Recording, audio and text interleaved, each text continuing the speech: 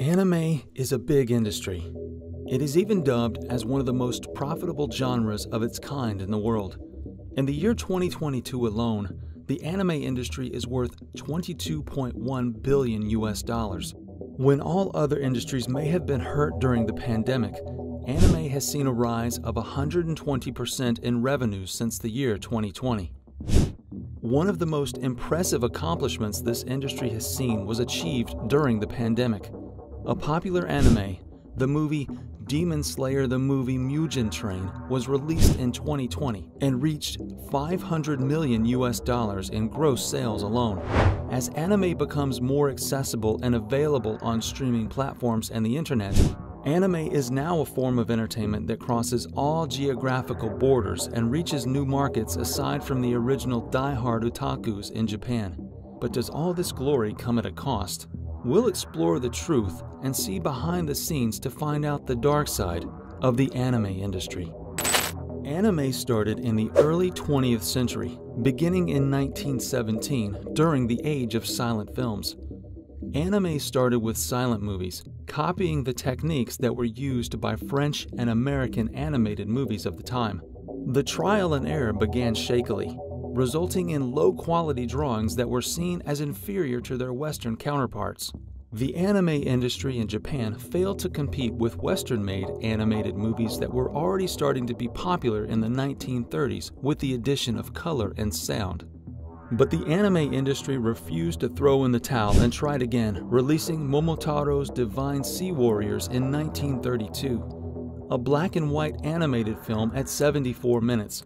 An animated film to boost Japanese morale during the war era, which was beloved by the audience in their own country.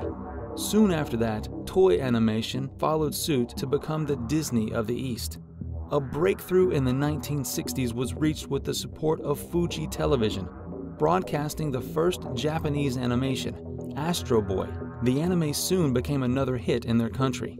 The streak then continued internationally with the release of Candy Candy, catching the hearts of girls in Europe and gluing them to their TV screen.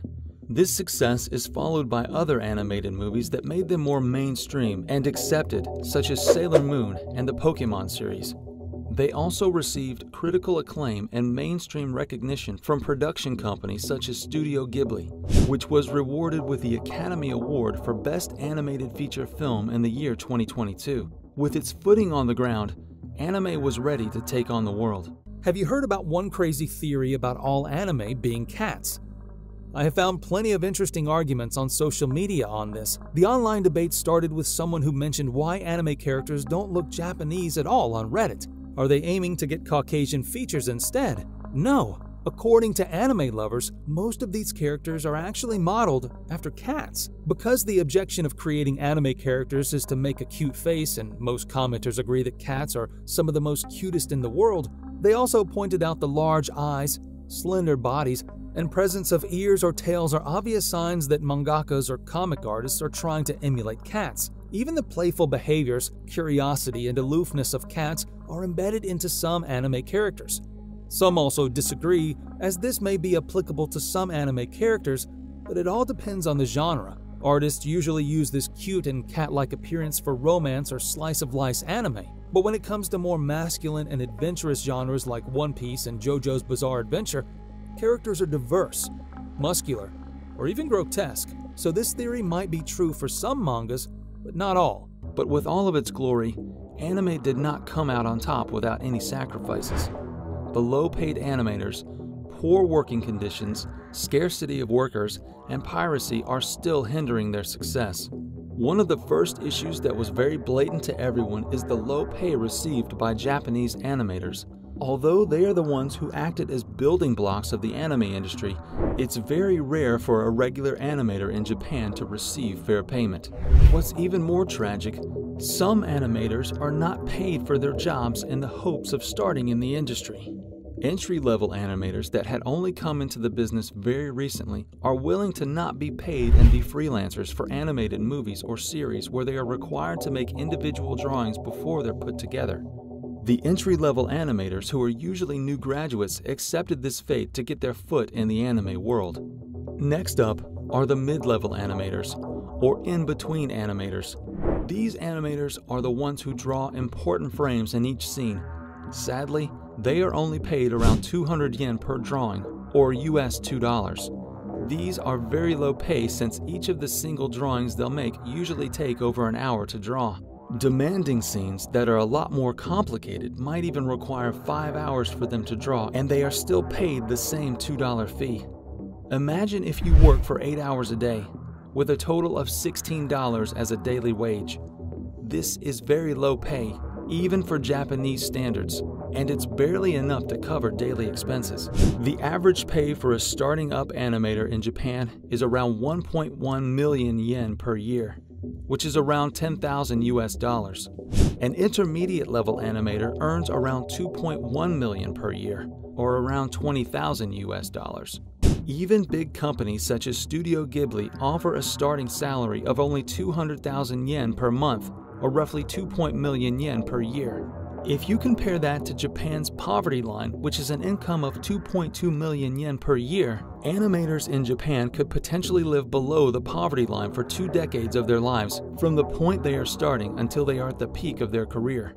If you do a side-by-side comparison with American animators, who are paid around 50,000 to 69,000 US dollars per year, the difference is alarming. It's a wonder how anyone in their right mind would want to work in the anime industry when their competitors in the United States are paying 5 times more than their regular wages. These low wages are what cause the poor working conditions for the animators in Japan also must bear.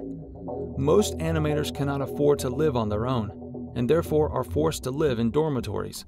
The problem is so evident, there's even fan support funding that provides low-rate dormitories for Japan animators. These dormitories offer them little to almost no privacy, but these animators have no other choice. Furthermore, not only are they paid poorly, but these animators must also meet tight deadlines because of too many working titles that could reach as high as 200 titles in one season, and such low numbers of working animators. Too much work and not enough people to do them. Another animator reported that he had worked continuously at his desk and was falling asleep on it. He was then hospitalized due to work-related injuries and illness. Looking at all these facts, the anime industry seems to have abandoned the labor laws. Animators are forced to work 400 hours per month on average, which means around 100 hours per week.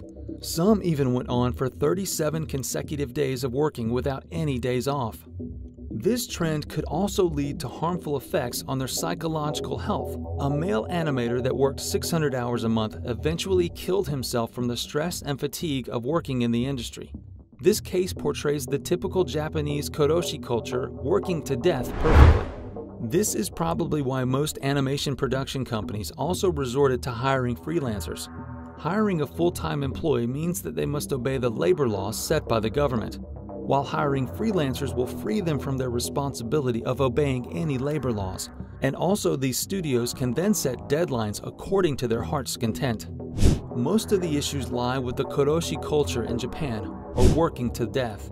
Their cost-cutting tendencies to achieve efficiencies also resulted in low pay.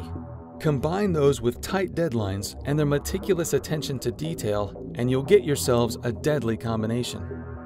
Because of all these factors, there's scarcity in the workplace as less of the younger generation are now aspiring to be animators in Japan.